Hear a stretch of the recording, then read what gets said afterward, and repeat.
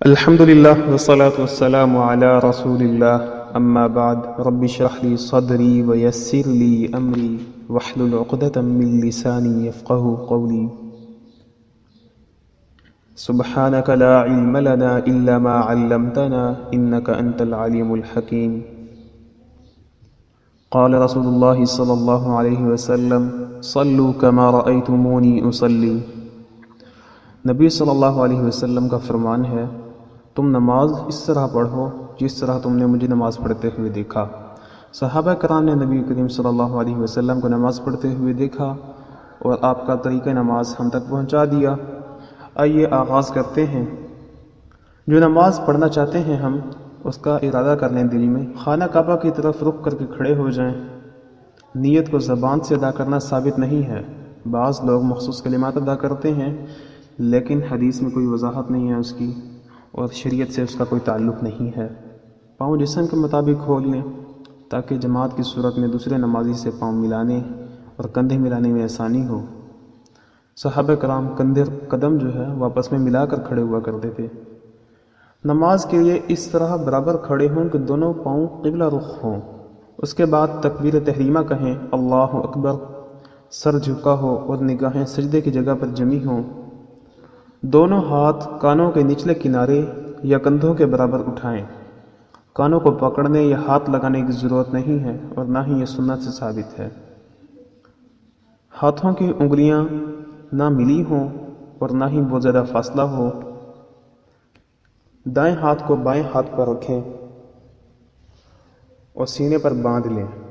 اس طرح باندھیں کہ دائیں ہاتھ سے بائیں ہاتھ کی کلائی کو معمولی سا پکڑا ہوا ہو۔ پھر یہ دعا پڑھیں، اللہم باعد بینی وبین خطایای کما باعدت بین المشرق والمغرب، اللہم نقنی من الخطایا کما ینقى الثوب الابیض من الدنس، اللہم اغسل خطایای بالماء والثلج والبرد۔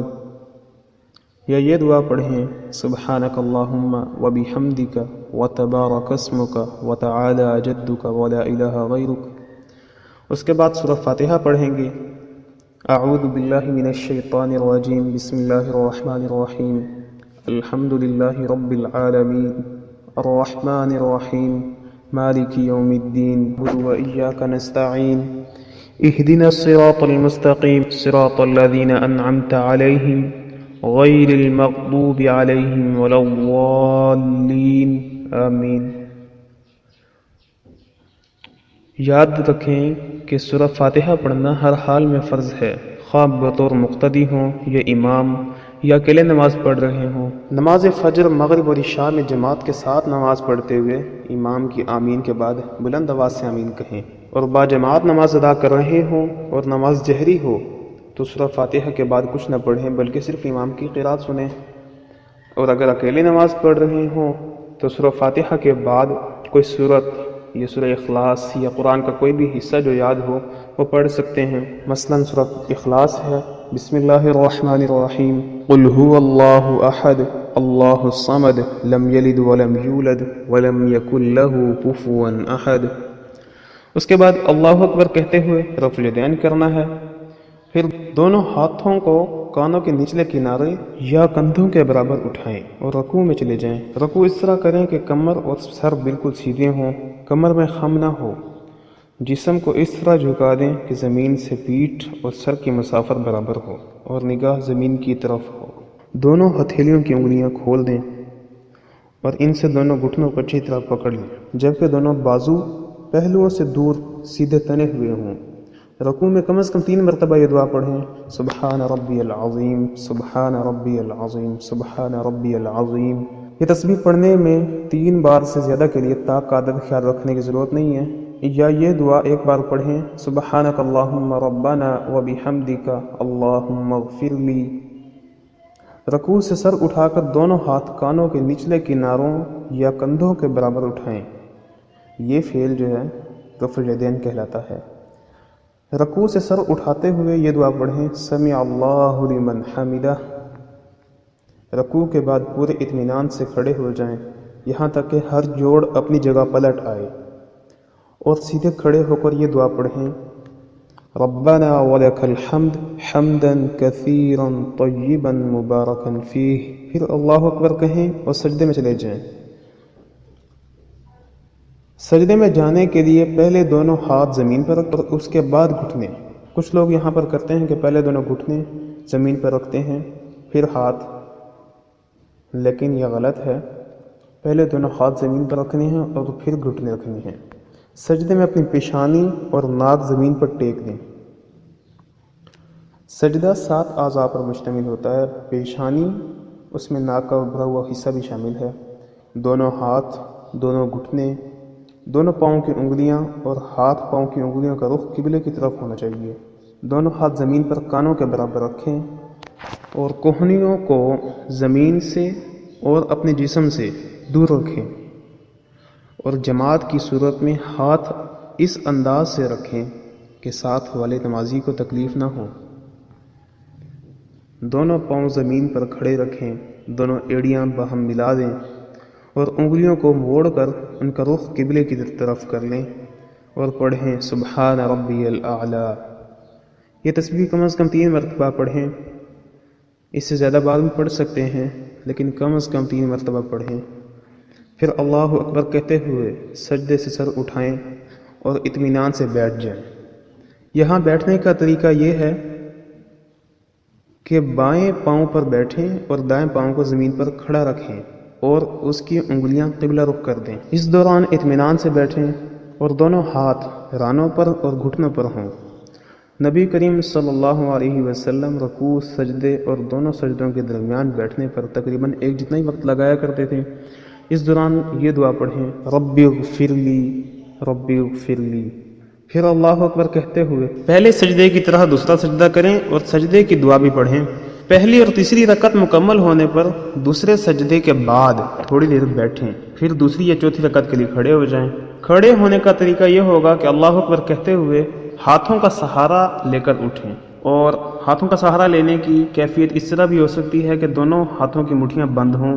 پہلی رکعت کی طرح باقی رکعت میں بھی گزشتہ اعمال ترتیب کے ساتھ کریں۔ اللہ اکبر کہیں، سینے پر ہاتھ باندھ کر کھڑے ہو جائیں، پھر اللہ اکبر کہتے ہوئے رفع الیدین کریں اور رکوع کریں، پھر سمیع اللہ لمن حمدہ کہیں اور رفع الیدین کریں اور اطمینان سے سیدھے کھڑے ہو جائیں۔ سجدہ کریں، پہلا سجدہ کرنے کے بعد اطمینان سے بیٹھیں، پھر دوسرا سجدہ کریں۔ 3 یا 4 رکعات والی نماز میں دوسری رکعت کے بعد تشہد کی حالت میں اطمینان سے بیٹھیں، پیٹھ سیدھی رکھیں اور بائیں ہاتھ کو بائیں گھٹنے پر اس طرح رکھیں جیسے اسے پکڑا ہوا ہو۔ اپنے بائیں پاؤں پر بیٹھیں اور دائیں پاؤں کو زمین پر کھڑا رکھیں اور اس کی جو انگلیاں ہیں وہ قبلہ رخ کر دیں۔ تیسری رکعت کے لیے کھڑے ہوں تو رفع الیدین کریں۔ پہلی اور تیسری رکعت کے لیے جب کھڑے ہوں گے ہم تو رفع الیدین کریں گے، دوسری اور چوتھی کے لیے جب کھڑے ہوں گے تو اس کے لیے رفع الیدین ہے۔ آخری تشہد میں بائیں کان کو بچھا کر اس پر بیٹھ جائیں اور دائیں پاؤں کو زمین پہ کھڑا کر دیں اور اس کے نیچے سے بائیں پاؤں کو باہر نکال لیں۔ دائیں پاؤں کی انگلیاں جو ہیں وہ قبلہ رخ کر دیں اور بائیں ہاتھ سے بائیں گھٹنے کو پکڑ کر اس پر ٹیک لگا کر بیٹھیں۔ شہادت کی انگلی کو تھوڑا سا خم دے کر اوپر اٹھائیں۔ انگوٹھے اور درمیانی انگلی کو باہم ملا کر ایک حلقے کی شکل بنا لیں اور نگاہ کو شہادت کی انگلی پر رکھیں۔ جب اس حالت میں بیٹھ جائیں تو اس کے بعد پھر یہ کلمات ادا کریں التحیات للہ والصلوات والطیبات السلام علیک ایہا النبی ورحمۃ اللہ وبرکاتہ السلام علینا وعلی عباد اللہ الصالحین اشہد ان لا الہ الا اللہ واشہد ان محمدا عبدہ ورسولہ۔ آخری تشہد میں درود شریف بھی پڑھیں گے۔ اللہم صلی علی محمد وعلی آل محمد کما صلیت علی ابراہیم وعلی آل ابراہیم انکا حمید مجید۔ اللہم بارک علی محمد وعلی آل محمد کما بارکت علی ابراہیم وعلی آل ابراہیم انکا حمید مجید۔ اس کے بعد مسنون دعاؤں میں سے کوئی بھی دعا جتنی بھی آپ مانگنا چاہیں حسب ضرورت و چاہت مانگ سکتے ہیں۔ اللہم انی اعوذ بک من عذاب القبر واعوذ بک من فتنة المسیح الدجال واعوذ بک من فتنة المحیا والممات رب اجعلنی مقیم الصلاة ومن ذریتی ربنا وتقبل دعاء ربنا اغفر لی ولوالدی